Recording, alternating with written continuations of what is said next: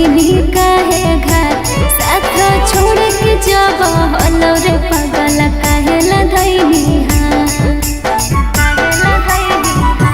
देनी दरदिया ऐसन रे तड़पी मछरी जैसन रे छोड़ के जाहो खीरे पगल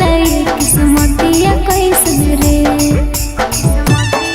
और कोई से के कटत रतिया भूलैयो नहीं तोर सुरतिया दूर काहे करो हो कि जान अरे मुँह से न बोलो हो कि ले के मोर दिलवा काहे सीसनियन तोड़ो हो कि जान अरे मुँह से न बोलो हो कि ले के मोर दिलवा काहे सीसनियन तोड़ो हो कि जान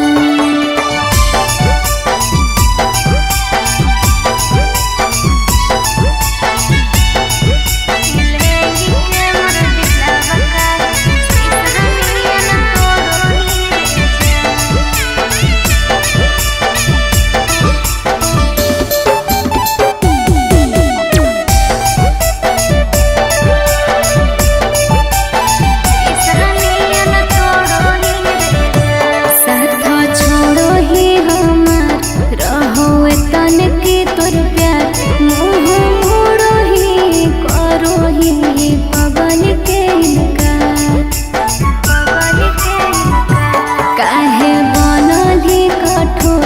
देही